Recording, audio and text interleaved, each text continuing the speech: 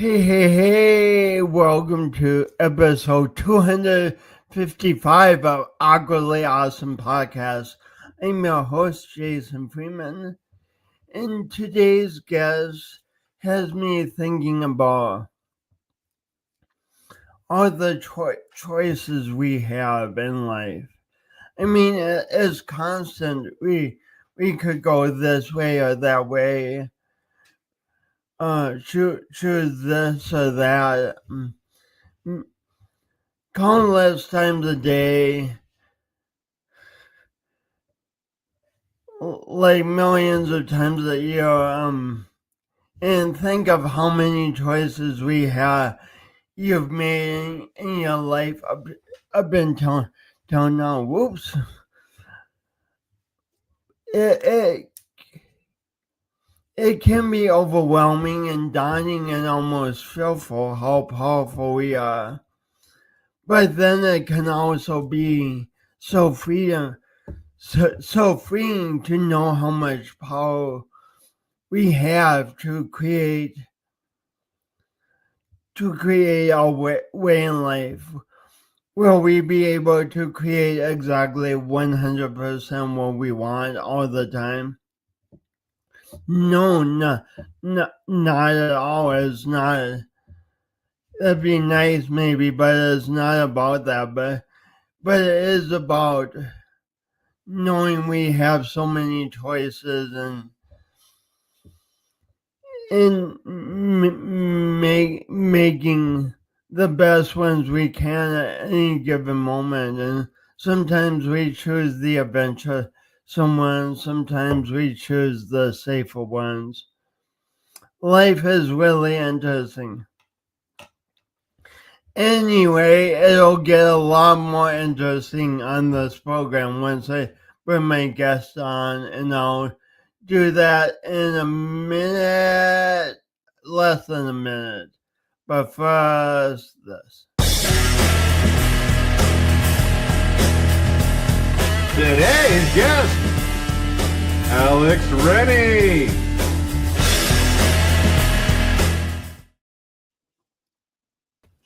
Hey, welcome to the Awkwardly Awesome Podcast, Alex Rennie. Hey, Jason, that was quite the cool introduction, my friend. I like it. Thanks. It was a co-creation because your story got me thinking of that, and so I said those words because of you. Thank you. Nice to see you. Good to see you, my friend. So your life started off in Chicago. What are some of tell me about living in Chicago and the parts of it that brought you joy and fascination as a kid. So I didn't grow up in the city in Chicago per se. I was in the south suburbs of Chicago. If you think of Chicago, you think of the downtown core, right? You got all the buildings, but Chicago itself is sprawling, suburban Chicago. So I grew up about 5 minutes south of Chicago proper, like where the suburbs start in the suburbs, and about 20, 25 minutes from the downtown core. So when I tell people I grew up in Chicago, it's just easier than the town I actually grew up in, what was called Bridgeview. So, but it's like I said, it's 5 minutes away from, suburban Chicago, and and you go up that way. But yeah, it was fun, man. I really enjoyed it. And I did live, after graduating university, I did live in the city proper for 11 years. So I did live in Chicago, but I didn't grow up in Chicago, if that makes sense. So first, what was it like growing up in Bridgeview in a suburb, probably? Yeah, it was fun. I mean, I was born in 72, so I grew up in the 70s and the 80s, very different time than now. So Mhm. one of our favorite things to do as kids, across the street was a big prairie. You had to cross Harlem Avenue, which was a very busy street. But we would go out and just explore in the prairie all day long and play there. And I was right across the street, like before Harlem, it was one block. There was a big banquet hall, and we would play baseball against the banquet hall, like the fast pitch with the ball against the wall, or we would. They had two parking lots, and the other big parking lot, we would play football there. We would use the markers for the parking lot as our first down marker. So we were just always playing outside and doing that. So it was really fun. So I like the idea of using the markers in the parking lot Yeah. as a first down, but the part of me the part of your story that's making me cringe a little bit is like a parking lot is like asphalt. So when we were playing on the asphalt, it was touch football. But when we would go to the Okay, park, that's yeah, important. It's important. we lived about 4 or 5 blocks from a park, and then when we would go to the park, we'd play tackle football because then it was on the grass. But no, we did not play tackle football in the parking lot. That'd be a little insane. I'm like, wow, they make them really tough in Bridgeview. No, not that tough. Not that we're tackling people on the asphalt. That was not about getting hurt. It was about having fun, And the cool thing was they had telephone lines right there too. So we would kick the football over the lines like for a field goal, right? So that was kind of fun too. Just hopefully we didn't kick it into the street. I bet the phone company loved you. Yeah, it was exciting times, man. Very different time than now, right? So getting back to the prairie you would explore, what a lot of people think about grassland and think it's just kind of some stuff between the ocean and the mountains and the forest. What did you learn about the wonder of the prairie from exploring it? Yeah, so being in the Midwest in Illinois, there was no ocean or mountains to be had around the prairie. It was just between residential and industrial, so it was just flat plains. But there were a lot of trees, lots of puddles, and I don't know if you really call them streams, but they, it was just fun because it was a little bit of nature surrounded by everything else. It's now, since then been built over. There's a shopping mall there. Interesting, Jason, right next to that prairie was one of the last standing drive-in movie theaters that in existence. It did get torn down, but it was called the Sheridan. And as a kid, you could look over there and see the movies from my backyard playing. And we went there a couple times in the car. So you don't even have those anymore, right? I don't think they even exist, but there was one of the last standing drive-through or drive-in movie theaters was right across the street from that banquet hall. It was cool. Yeah, I think it got closed down in like 85 or something like that. Because I remember Ghostbusters was one of the last movies they played on that theater before it got torn down and they built the mall. So what a neat memory to remember looking over and seeing Ghostbusters. It was pretty cool because that was 1984, I think. That's why I'm saying I think it closed down shortly after that. So, wow. Yeah. If I had asked you in about 1984, Alex, what do you think you want to do when you grow up? What would you have said? Man, that's a good question. In 1984, I would have been 12 years old, so it was junior high school. I think I just wanted to do something, Jason, it's so wild you asked me that. I want to say art or graphic designs because one of the big memories for me around that time, remember Ocean Pacific OP t-shirts? Oh, yeah. Yeah. They were so big. I know. So with those t-shirts, I fell in love with them. Like I had never seen graphics like that before because I was an art guy. And that was what also inspired me to want to surf, were those graphics on those t-shirts. So I No love the way. yeah. So it's pretty cool. So you at 12 you already say you were an art guy. What was your earliest memory related to creating art? I was always really good at it. When it came to grade school and junior high, art was one of the classes they had, and I was always probably one or the two of the top kids who could draw really well and do things. Do you remember that this was sixth grade, fifth or sixth grade, so not quite 84, a little earlier than that. But do you remember Mr. T from the A-Team and Rocky movies? So Wow. he, oh, sorry. Yeah, of course. Well, you're bringing up a lot of great 80s things, and for your younger viewers who are way younger than us, just go on Wiki and look these people up. And Yeah. So Mr. T was from Chicago. He was jogging, and I guess Sylvester Stallone saw him and asked him to be in the movie. no So way. yeah, because Holy he's a big cow. guy, with the crazy mohawk, right? So yeah, so Mr. T would go to different schools. This is when he was doing the Rocky movies and the A-Team, and he would visit all the kids and be a public speaker. And I remember he came to our school, and I high-fived him. I almost didn't want to wash my hand because he was my hero, right? And I'm telling you all this because my earliest memory of like really enjoying art, when Mr. T left, they were talking about cleaning the school and taking care of everything. And there was a contest that I won about, they said, create some sort of poster about cleaning the school. And I drew Mr. T. And I said, I pity the fool who doesn't clean up the school. Oh my gosh. He always used to say, I pity the fool, So, and I put that, and it won the contest, and it was hanging there, I think, even when I left.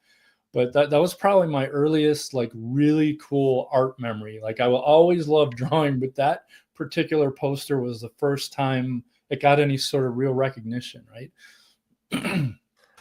So the name of the show is The Guiding Hot, but we would have, of course, named it He High-Fived Mr. T if I had known that.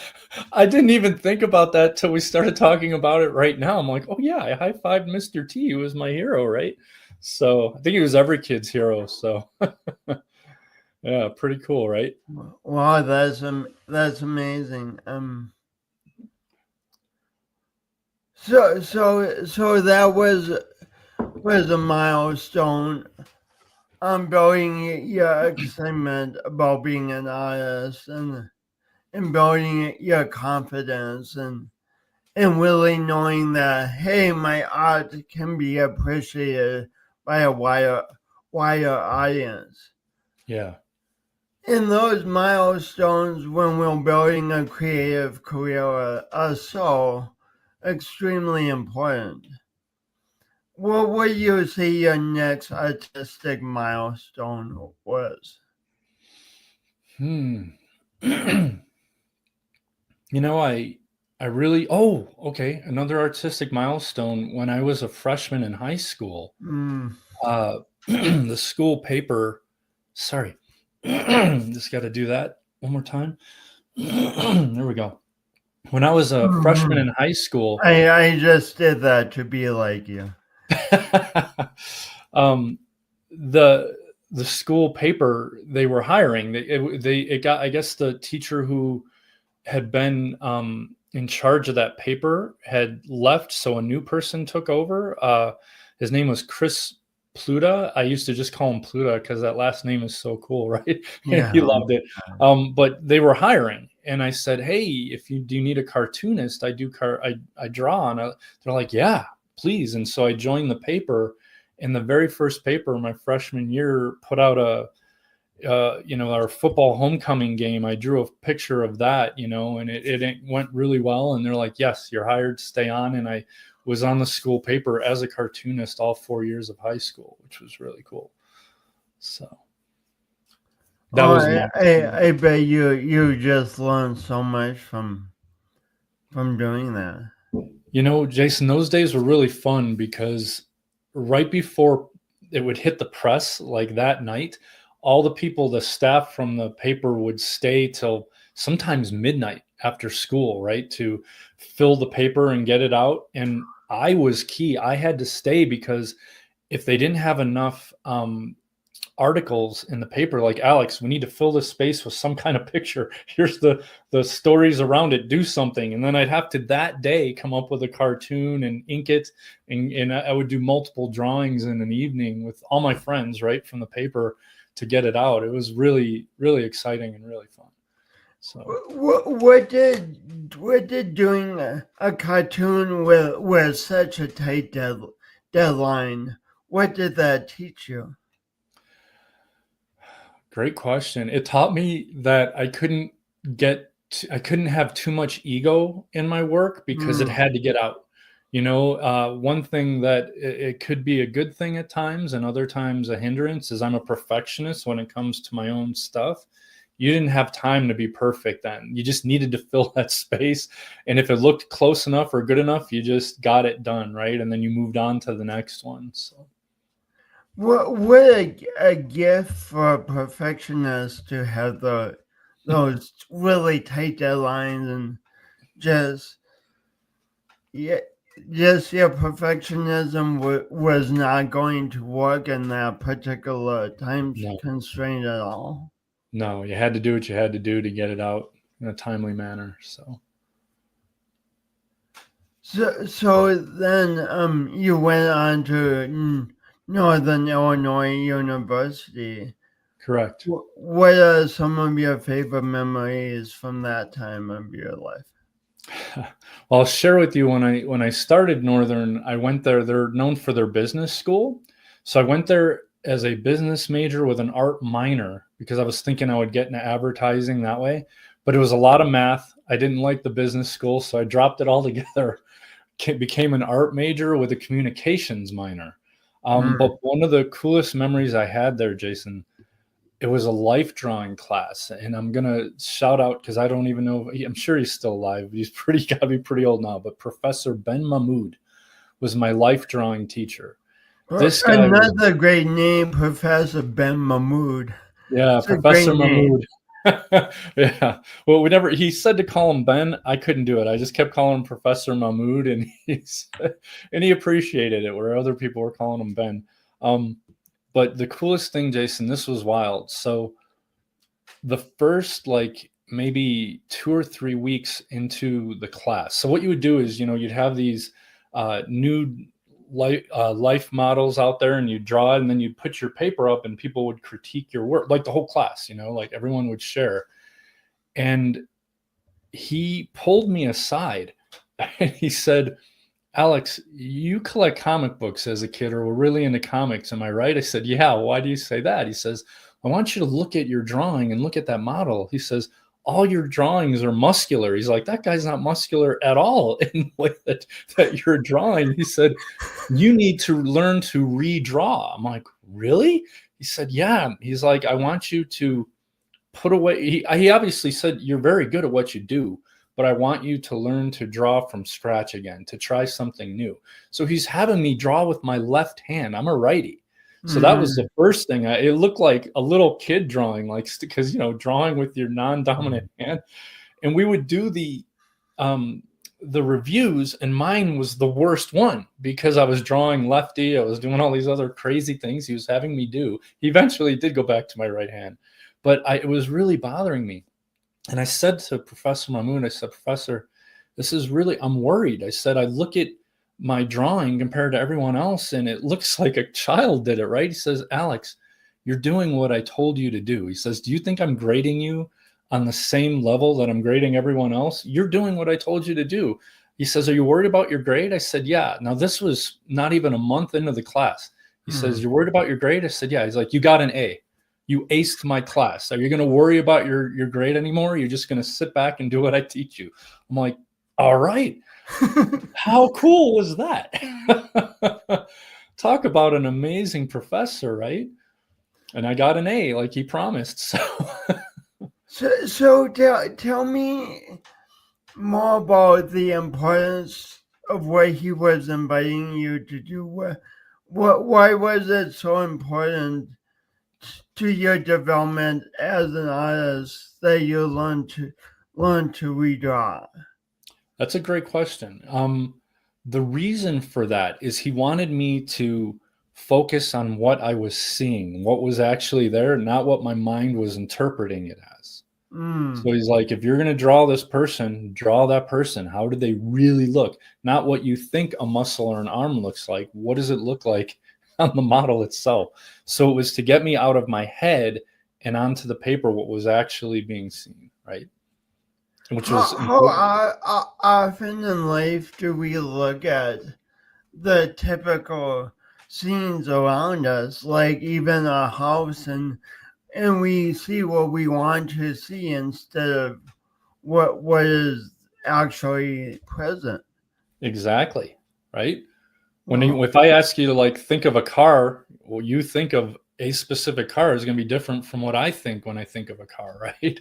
And then when you actually look at something, yeah, very, very different. And there's subtleties, nuances, and everything we look at that you just take for granted otherwise. So, Do you have any more ideas for us all on how to observe the world closely?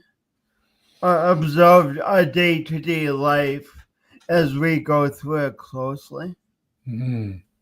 I would say being mindful, right? Especially if you're walking in nature and things like that. Kind of stop and smell the roses. Everybody knows that phrase, right? But take deep breaths, even close your eyes and just center yourself, and then start listening to the things around you. And then as you do that and you open your eyes, then you kind of see things with a heightened clarity, if you will. And you see and feel and hear all the energy around you. And I think that's, pretty cool. What do you love about seeing things with a heightened clarity? You notice things you didn't notice before. Like think about when you see really cool or interesting photography, right? Maybe someone goes and they take a photo of a bridge on an angle that you would never consider looking at, or like, oh my gosh, that's so cool. The intricacies of how that bridge is, built or put together, and the beams and the cross beams, or just anything, or how nature rolls in on the side of something. So I think it expands your eye in a more creative and artistic way. You take the time to just, take more in versus just taking it for granted, if that makes sense. Take more in versus taking it for granted. Yeah. We're at a fascinating moment here, Alex, because we could talk about art and observation and all that for the rest of our time, but we have so much more to get to. So we're not going to do that at all. But so next, I need your help. Should I ask you about drums, being a member of a drum group, or should I ask you about your circus education? They were the circus came after the drum group. The drum group. So tell me about the drum group. The drum group it was called Jelly Eye Drum Theater. It's a bit of a bittersweet memory because while it was going on, it was incredibly fun, but it kind of ended poorly. The founder of that group, her and I, she was a distant cousin, believe it or not. I went to see her show once and met the whole group, and they asked her to bring me on, which was cool as an understudy with a group of other people. But there was just some management differences or whatever. And eventually I walked away, and hindsight being 2020, I wish I would have done it better. Although her and I have since, cleared the air. And it wasn't just her, it was another guy who was also the leader. I just would have handled that differently and wish I would have stuck it out a little further. And this was in my late 20s. So I just wish I knew, again, hindsight being 2020, I wish I had the wisdom and even the maturity to have handled it a little differently, because a lot of people had left and come and gone before. I wasn't the only one, but I wish I would have handled it better. That all being said, I'm sorry, that's the dark part of it. The great part of it is it was a lot of fun. I mean, in particular, when I was learning to play the kungas, things like that, I had mentioned to you in our little pre-interview, we performed at Dance Chicago 2000, which is a really cool story because we created a swing piece. Normally it was like, have you ever heard of koto drumming? The Chinese drums? No. They use these big, they look like billy clubs almost, and you hit these big drums and they dress like, and this is how we normally looked in most of our shows. We dressed in these white, they almost look like kung fu karate gis. And then we had the big club, and we dance, and it was choreographed drumming and movement. But in this particular case, because it was Dance Chicago 2000, we did a swing piece, and we had these really crazy suits and things like that. And we were swing dancing and mixing all this dancing and stuff going on. And the funny part about it is we were the closing act, and we were with all these other dance companies in Chicago, the Joffrey Ballet. There were all these other big name, dance troupes, and we're watching them. And there's probably like 8 different, dance companies there, including us. And because we were the last ones, we're watching everyone else just thinking, oh my God, we're going to look so bad compared to these guys, because it was a bit of a rushed show. And we were so terrified we were going to do so bad. Just to paint a picture, how many people are in the audience?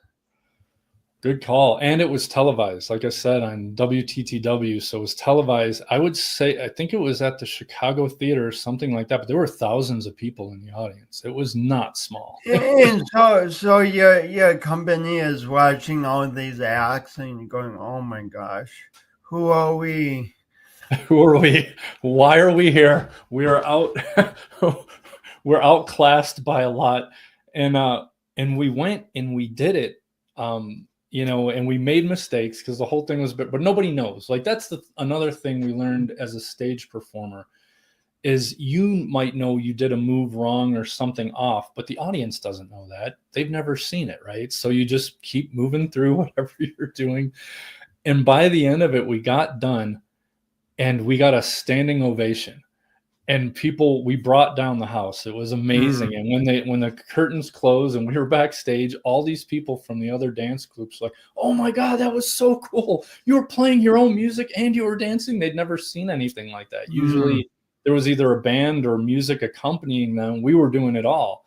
And people were really impressed and had a lot of fun, and it was cool. So we didn't need to be as nervous as we were. And it turned out we did a really great job, which was cool. There's so many moments in life like that where we get nervous and think, who am I to be doing this thing?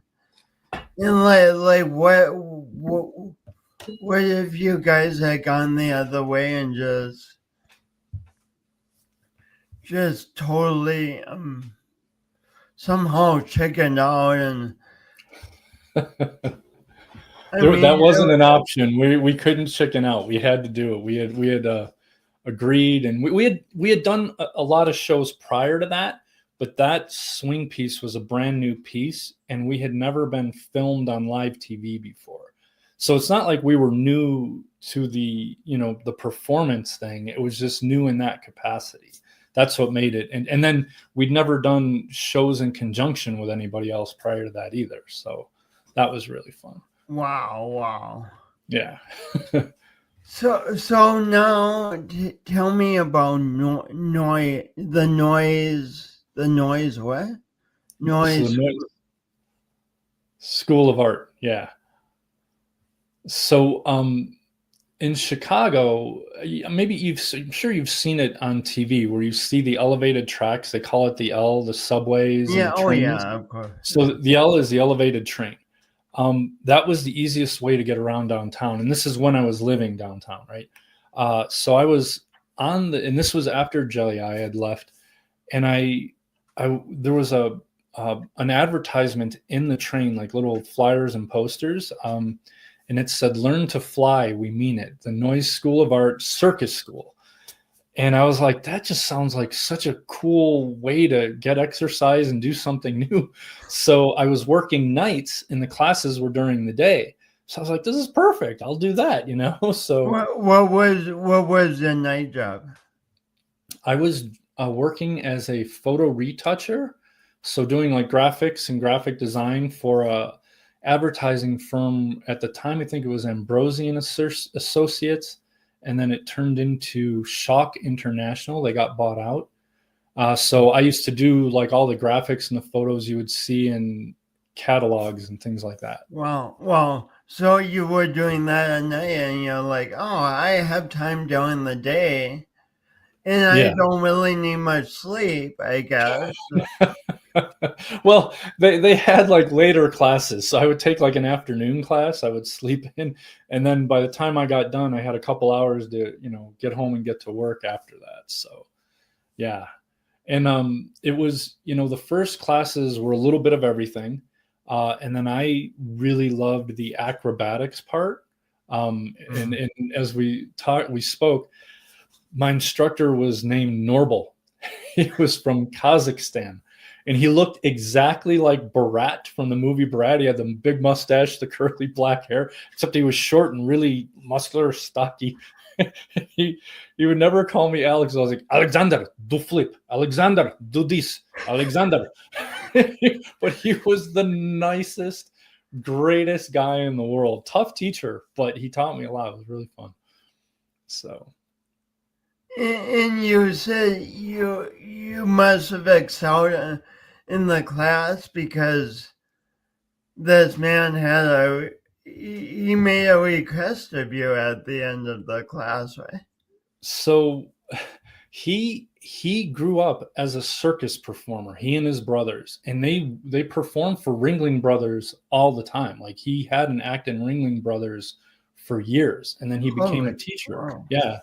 Pretty cool, right? So what he was doing, he and his brothers, is they would have a human arch. So it'd be two people on the bottom, two people on their shoulders, and then two people like that. Mm-hmm. And then they have someone in the middle doing all kinds of crazy stuff. Mm-hmm. With these performers, I was one of the bigger guys at the time. I was a lot more muscular, but I was bigger. So I would have been on the bottom with people on my shoulders, and it's a lot of weight. So that's hard on your spine, right? He used to do that. So he asked me, he had gotten approached by Ringling Brothers, and he said, Alex, they want me to put together that team again. Would you want to be part of that? I need like 5 or 6 guys, whatever it was. He's like, you'd be on the bottom. At the time he asked me that, I was 29 going on 30. And that was the year, Jason, I decided I had made the move. I'm like, oh my God, I'm going to turn 30. I had this dream of moving to California to learn to surf because of those OPT shirts. And I had committed this was the year I was going to do it. So when he asked me to join the circus with him, I was honored. I said, Norbel, how big of a commitment are you looking for? He says, 4 year. 4 year I need you to do the show. And I just couldn't give up one dream for the other. I had saved up all this money to go to surf and be near the ocean. And I was called to do that. And I told him I couldn't do it, which really disappointed him. I felt terrible because I loved him like a father. He was a great guy.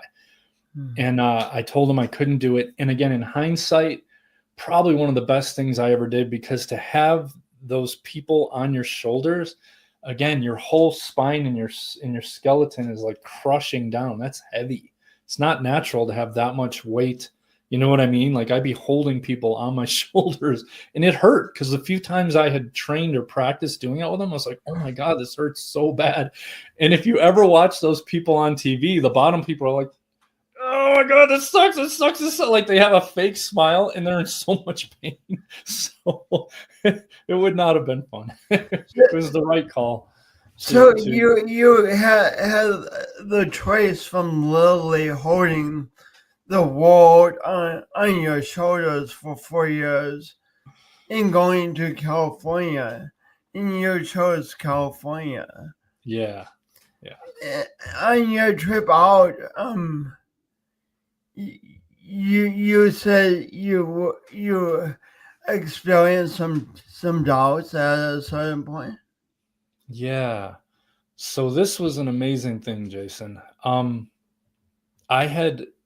was supposed to go with my buddy William. He's one of my best friends. He was the best man at my wedding. He was my roommate in Chicago, and I had rented a U-Haul and packed all my stuff, including my little motorcycle, rode it up the ramp, got it in there, and I was trailing my car from Illinois to California. About a week prior to when I was going to leave, I left November, like the first week in November, and I went to a Halloween party with a bunch of friends, and we were bar hopping. We took a trolley and went to all these different places, and I met a girl at the Halloween party who, I told her I was going to be leaving in a week, yada yada, and she's like, "Oh my gosh, I have friends up there. Do you need someone to go with you?" And I was like, "Huh." And I spoke to William. He's like, "Alex, take the girl. Just go on an adventure." I sadly can't remember even her name, man. That was, that was over 20 years ago. I remember her face. I don't remember her name. I apologize. But so William backed down because he had his own thing to do. So she went with me, which was a big risk on her part. She didn't even know me. I could have been some kind of creep, right? But she was my traveling companion. And I want to say, it took us, we stayed over 2 nights on the way there. And I think it was either the first or the second night, we pulled over and stopped, got a hotel, and, she was already asleep. And I just kind of freaked out. I was really like, what am I doing? Like all of my family, all of my friends are back in California. I was moving to San Diego. I didn't know anybody but one guy there, right? It was your family and friends were back in Chicago. Correct. Yeah. And so I was really scared, and I'm like, am I even doing the right thing? I quit my job. What am I doing? I don't even know how to surf, and I'm going there to surf, right? So I just looked at some t-shirts. Right. So I prayed to God. I was kind of crying, and I was like freaking out. She was asleep. I just said, "God, I need your help right now, or your guidance. Am I doing the right thing? Can you please let me know? Because right now my heart was going crazy. I was terrified. I'm like, please give me a sign, any sign." And I eventually fell asleep, but I had a very vivid dream. And in the dream, I was walking, and at this point, I have since gone to Ireland, but in this point, I had never traveled to Europe. But I saw myself like walking through Ireland. Again, hadn't been there before, and I kind of saw this pub where all this noise was happening. And I just went in, and there were all these kind of people, kind of happy people doing whatever they're doing, just chilling out. And I went to the bar, and I ordered a pint. And as I order a beer, all of a sudden I hear, "Alex, my boy." And I looked to my left, and it was my grandfather, Rennie. Now, he had passed away years prior to this. He'd been dead, but he looked happy and healthy. And oh my God, Grandpa, I hadn't seen him in probably close to 10 years. I gave him a big hug, and just I started crying. We were just, so happy to see each other. And he was a pretty big guy. He was overweight. He was probably over 300 pounds. And I say this because what happened next was nothing shy of amazing. So we're catching up, and, we're having a beer. And he says, "You look concerned, or is everything okay?" And I told him about the move. I said, "Well, I'm moving to California. I'm kind of terrified. Am I doing the right thing? What am I doing, Gramps? I don't know if this is the right move or not." And he looks at me, and he says, "Alex," he says, "I want you to know that I'm proud of you. I'm proud of you for taking the adventure and following your heart and doing what you want to do." He says, life is about one thing and one thing only. He's like, that is the pursuit of joy and happiness. You need to, yeah. I'm like you, I'm just, what? He says, you need to dance and celebrate life every single day. Oh my gosh. Huh. And as he says that, this Celtic music starts going in the background, and he gets up and he starts clapping and dancing. This like guy who's in his 80s and and he starts dancing around the bar, and all these people start dancing with him, and he's high-fiving me, and I'm just watching in awe as those words sink into me, right? Like I start crying, and then the music starts to fade and the whole scene fades to black, and I wake up. And I'm just like, thank you, God. Thank you. You gave me that message and that sign that I was doing the right thing. So you set out on a dream, then you had doubts, and then you got this beautiful, miraculous confirmation that you're on the right path, and when you did three things in San Diego, which we're going to talk about. One thing is important to me personally. You met me, and it was awesome being your friend. And I remember that day vividly. And then we'll get back to that day. You do remember it vividly. You remember it.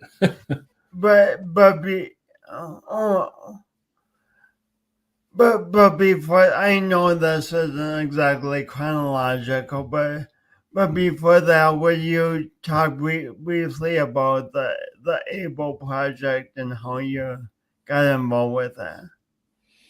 So the ABLE project was anti-bullying leadership experience, and that happened in San Diego. That was not Chicago. That was when I met David Corbin. Yeah, in San Diego. Yeah. So, when I got to San Diego and I moved there, I did learn to surf. I spent almost every day out in that water, and it turned out to be one of the most spiritual things I've ever done to this day in my life, was being out there in nature, surfing those waves.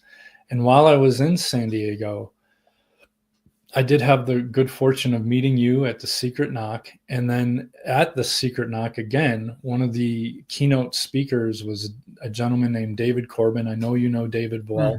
He's been on this podcast. Yeah, he's a great guy. Love David. And, I don't know what it was. It was, at that point I had learned video. I had always wanted to learn video. And when I was before I had met you, this is really wild. I got hired by a company called Activity Road Studios. They're now defunct. They're not around anymore. But I got hired on as a designer. And the first day I got there, they're like, yeah, you're going to be a PA, a production assistant on a music video we're shooting. What? I've never held a camera or done anything in my life. They're like, don't worry about it. You'll just learn it as you go.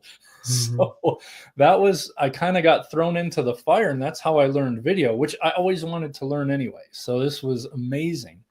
And then from there, when they did go under, I created Dreamcatcher Creative Media, where I could do video, graphic design, and those kind of tools for small to mid-sized businesses. I was doing that freelance, and I was like, I really want to give back in a way that would be more meaningful to like kids and things like that. And by doing the ABLE program, we were doing half day and day long seminars and workshops with kids. And I had produced all this, the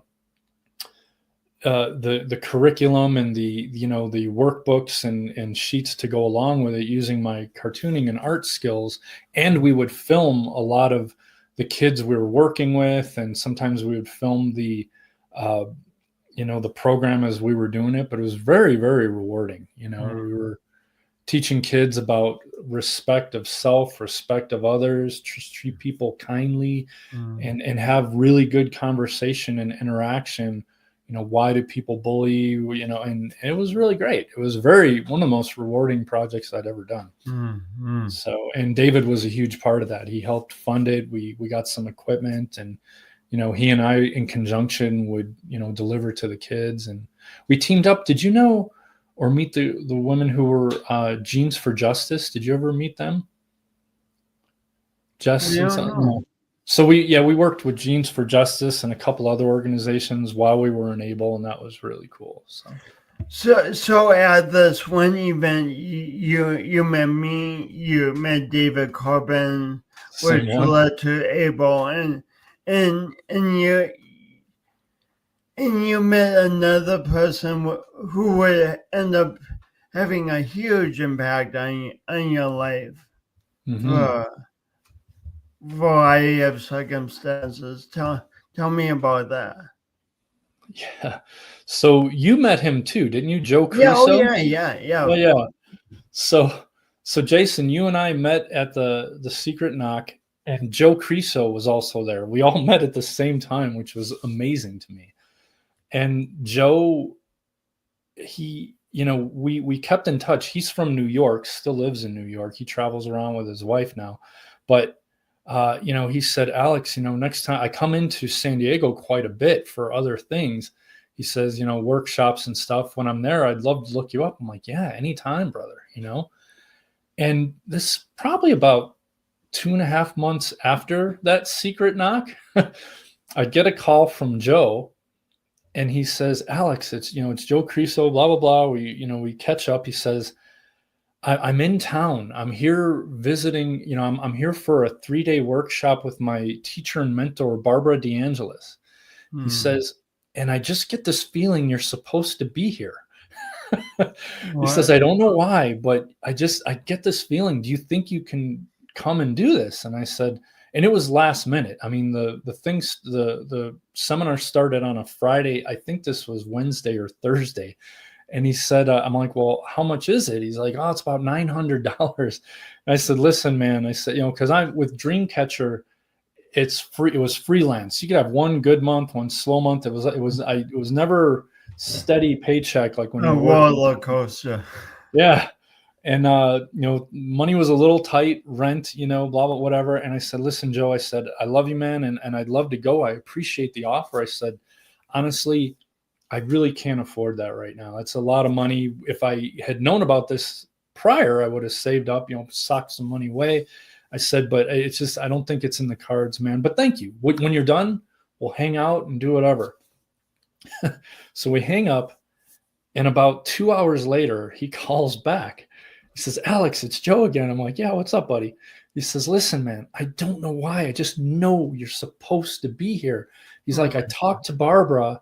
He says she's offering to give you half off. Can you do the 400? I'm like, oh man, 450. I'm like, and I really had to think about it. I'm like, because this guy really wants me there, And I said, listen, man, I said, it's a matter of time, and still money's just tight, brother. I said, it's not been a flush month. I can't. I said, I really thank you, but let's just hang out when you're done. Go do your thing. We'll have a great time. He calls back 2 hours again later, and now his voice is cracking. He's kind of tearing up and not crying, bawling, just like, Alex, I don't know why, man, but you're supposed to be here. I just know you're supposed to be here. I spoke with Barbara and I told her, I don't know why this guy's supposed to be here, but he is. She's offering to let you come for free. Please, man, you gotta come. And I just, I'm like, oh my God, here this guy who, a great guy whom I don't know all that much is adamant. I mean, passionate that I show up to this thing. And he convinced this teacher, mentor of his, who so generously agreed to just say, if he's supposed to be here, Joe, bring him, forget about the money. How often in life do you get an opportunity like that? You don't. And I'm like, I guess I'm going to the Barbara DeAngelis event. And so I'm like, thank you. And I ended up going. And this is what you were alluding to, Jason, which was amazing. I met a woman there named Michelle Goodkey from Canada, of all places, and she became my wife. I met my wife there. She wasn't even a full-time student. She had gone to a couple of Barber events, and that day signed up to be a full-time student like Joe did. And because, her and I met and kind of had a really close connection and did the long distance thing, I eventually became a full-time student of Barbara's as well. But yeah, I met my future wife at that event through Joe, through the secret knock, the same day I met you. It's kind of wild, right? I don't think I knew that story in its entirety before. That gives me goosebumps. It's pretty cool. Holy man. Yeah. So you met your future wife, Michelle, and she moved down to be with you in San Diego. Case solved. That's easy, right? So No. you live in San Diego now? That's hilarious. No, very different. So I am currently in Calgary, Alberta. So I live in Canada. I've been here for 10 years now. It made sense for me to move here because she was a single mom with a good job. Her family was out here. I was a surfing bachelor with my family out in Chicago. I really, outside of the ocean, had no ties to San Diego. So it made sense for me to move north, which is actually a straight shot north. If you know, when you think of the US and it funnels up to Canada like that, where we're at in Calgary, Alberta, east of the Rockies swing that way, but like San Diego is straight shot south of Alberta. So it just went straight north over the border. You're blowing my mind right now. I'm going to have to look at a map. It's pretty cool, man. Wow. Yeah, it's almost a straight shot south. Yeah, so I've been in Canada now for 10 years. I traded the ocean for the mountains, and nature. There's so much nature out here. It's just beautiful. And yeah, we've been married for over 10 years. Our 10-year anniversary was this past April. Happy belated anniversary. Yeah, thanks, man. It's pretty cool. Well, you've been in Canada, you didn't give up art. Far from it. Talk a little about Abnormalville. So yeah, when I was out here, I ended up getting another job as doing graphics and video. I was a creative director for a company called, Pinnacle Wealth Brokers. I was their creative director, and I got laid off just before COVID hit. So once COVID hit, there was no getting another job, right? Like it was just the work had dried up, whatever. So everybody was down, everybody was at home. And I kind of had this, like when I told you when I turned 30 and I had that midlife crisis sort of thing, like if I don't move to California to learn to surf, I'm never going to do it. I was just thinking, what am I doing with my life? Like I just got laid off, COVID's here. And I went to a business networking event. I was going as Dreamcatcher Creative Media, to do that work again, which I always did. That business has been around for 18 years now. And I can, I always do like little freelance gigs. I have repeat clients. But I went to this networking event and I thought, you know what? I'm just going to put it out there. I want to draw. I want to go back to my art roots and I want to cartoon. And when it was my turn to speak in front of this, group of people around the table, I said, I'm Alex, this is my business. But honestly, I said, I'm going to take a different turn from what I normally would do, which is graphic design and video. And I think I'm going to get back into cartooning and drawing. I love cartoons, Far Side, Calvin and Hobbes. I'm going to do that. Why not? Because we're stuck at home anyway, right? And there was a gentleman at that event, his name was Frank Hildebrandt, who came up to me right after. He's like, I love cartoons. I'm an idea guy. We got to do this. And so he and I partnered up and we created Abnormalville. And we even had a podcast, The Abnormal Hour, where we would brainstorm those cartoons, right? Which was really cool. and I put the I see it. website up. I've been to the your abnormalville.com several times, and it always makes me smile. Oh, that's cool. I always see more of things I love. I encourage everyone to just go there and savor just the light in it. And if you don't agree with a particular cartoon for whatever reason, that's okay. Just find one you like, and find 10 you like. It's just beautiful. It's beautiful. Thanks, man. It was really fun. That really it that's what I'm looking for. It rekindled that creative fire in my heart, right? It really let me connect back to those days when I was cartooning for the school paper, right? Like that's what I love drawing. Like I do all different kinds of art forms. I've taken sculpture and photos but drawing to me, just drawing and I'm again comic book geek. That's my favorite medium, and doing cartoons like that is what I love to do. So. So, you chose a unique name, unique business name, huh? Why is the idea of Dreamcatcher important to you? So, for me, spiritually, you and I have spoken on this before. I follow what's called the red path, which is basically, and it's not a religion. It's the indigenous way, connection to spirit, the earth, indigenous, Native American. That always called to me. I've attended sun dances. I'm a pipe carrier. I've been very steeped in the Native indigenous ways.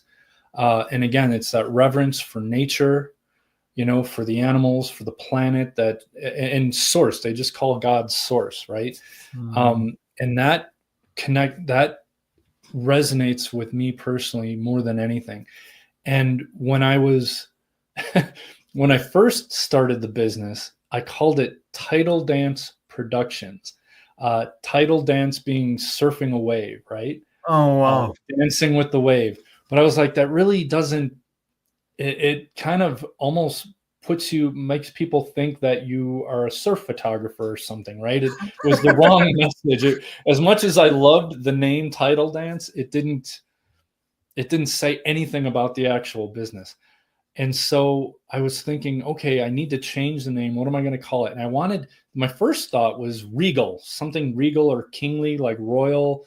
So I was thinking like Regal Productions. I'm like, nah, it didn't do it. And then the dream catcher, like catching dreams, catching people's dreams, telling their stories in a dream catcher, obviously having the indigenous native, it's catching those dreams for you. It's a beautiful spiritual tool that the indigenous use. That resonated with me. And so the first business was Dreamcatcher Video Production, but then that was even too limiting, because every time I do video for people, they're like, do you know a good graphic designer? Well, yeah, I do that. So that's why I changed it to Dreamcatcher Creative Media. So then it was all encompassing, right? So it made more sense. Yeah. And it resonated with my spiritual path as well, right? So. Wow, there's so much we could talk about. So many paths we have opened up in this hour. Very exciting. And so I wanted to ask you this before I ask you the final question. One of the reasons you need to go is you're going to watch a football game with your father. Tell me a little about that thing you both share. So my dad and I are both big NFL fans. We love the Chicago Bears, even though they've just been so bad for so many years. They're doing actually pretty well this season. And everybody talks back to the 85 Bears that were unstoppable. They were great. But yeah, I've always been a huge Chicago Bears fan, and because my parents live still in Chicago and they're elderly now, my dad's going to be 86 next month. It's huge. He and I watch the games together. I have a streaming service where I watch the football game. It comes on in an hour from now, and we'll watch it together. And I'll just call him every time it's a good play, it's a bad play. Like, do you believe that? And when you look at my call logs, there's like 10 or 12 phone calls to mom and dad during that 3-hour span of the football game where we're just talking the whole time and shooting the shit. It's really fun, and we really enjoy that. So it's something we do, and it's really wonderful. It sounds super fun. May the Bears win today. In theory, they're predicted to win. They should win, but there's no confidence ever going into the game that they're actually going to pull it off. So let's hope they do. I'm a Minnesota Vikings fan. I know exactly what you're talking about when you say no confidence going into it. Yeah, they're having a strange year. They're not doing particularly great this year either. And I like the Vikings. I can't stand the Packers. I hate the Packers, but I like the Vikings. I like the Lions, and I love the Bears. So just really can't stand those Packers. To any Packers fan watching, thank you for watching. Just pretend like that few seconds didn't happen, and just continue.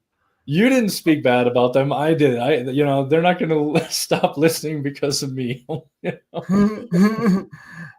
Last question.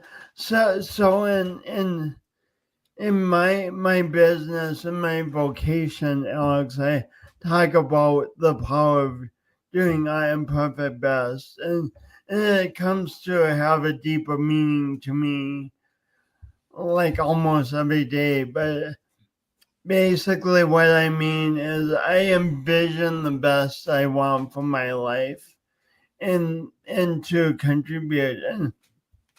And when the imperfections, the mistakes, the frustrations, the heavy emotions come up, instead of being stopped by that, using that as an excuse to quit my dreams, my goals, I try to learn from all that. I try to be empowered by all that, inspired by all that, and move once again forward. That's what doing my imperfect best means to me. What does doing your imperfect best mean to you, Alex Rennie? Well, I'm glad you asked this. And Jason, I do want to say, my friend, I admire you tremendously. Like, everything you just said, the fact that you go out and you speak in public, you have your podcast, man, you have freaking followed your dreams, and you're making it happen, man. And I admire you and love you so much. You're such a great guy.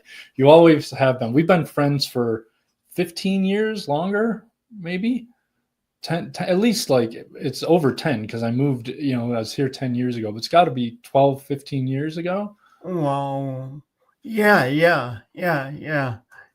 So you're, and I've seen your evolution, and I admire you greatly, my friend. And you've always had the biggest heart. You're such a great guy. And I just love that you go out and you're doing your imperfect best, and you're inspiring others, because you are an inspiration, my friend. Mm-hmm. Just wanted to get that out there. I mean, you've been interviewing me this whole podcast, but I hold you in great esteem, and you are just an amazing, amazing guy. Wanted to say that, share that. Thank you. I'll take that. Thanks. You're welcome, man. You're awesome. And you're the Awkwardly Awesome podcast. Awesome is one of my favorite words. So my imperfect best, the way I would look at it is, It's interesting because, as I mentioned to you earlier, I always try to be a perfectionist when it comes to my art and things like that. And I am my own harshest critic in everything I do. And I think we all are. I don't think I'm alone in that. And it's important to know that there is no perfect. We're never ever going to be perfect. If we were perfect, we'd be enlightened, and we're not. We've probably had moments of enlightenment and whatever. So we just need to be gentle with ourselves, love ourselves, and and know that like each mistake is an opportunity to learn. Babies don't just get up and walk. They stumble, they fall, but eventually they do get there and they master it. And that's what life is like. It's stumbling, it's falling, it's getting up, doing better, learning from those mistakes and taking a different path sometimes. And that's all that life is. It's never perfect. And that's totally great. Again, it's how we learn and it's how we evolve. If there was a saying where I want to say it's a Buddhist saying where they talk about if the land didn't have if the soil didn't have shit in it, you couldn't fertilize the crops or something to that effect, right? Like you need to have these things to grow, to learn, and it's pretty cool. I love Buddhist saying they just cut to the chase. There's no fluff. They just go right to it. Exactly. Well, thank you so much, my friend. And please, this is important. Please stay on for a few minutes. Everything needs to upload, okay? Sure. So I'm going to end this now, but stay on. Thank you. Awesome, my friend. Yeah. And thanks to everyone for tuning in. Alex just inspires me so much. He's deeply humble. He's deeply creative. He does amazing things. He's really following his dreams and his heart. Just such an inspiration to talk to him. I hope you enjoy the show and you drew what you needed from the show. Please tune in next week for another awkwardly awesome podcast with another amazing guest. And most of all, thanks for being you. You are the best. You are the only one of you in the world who can create what you can create. Please go get to it. Thank you.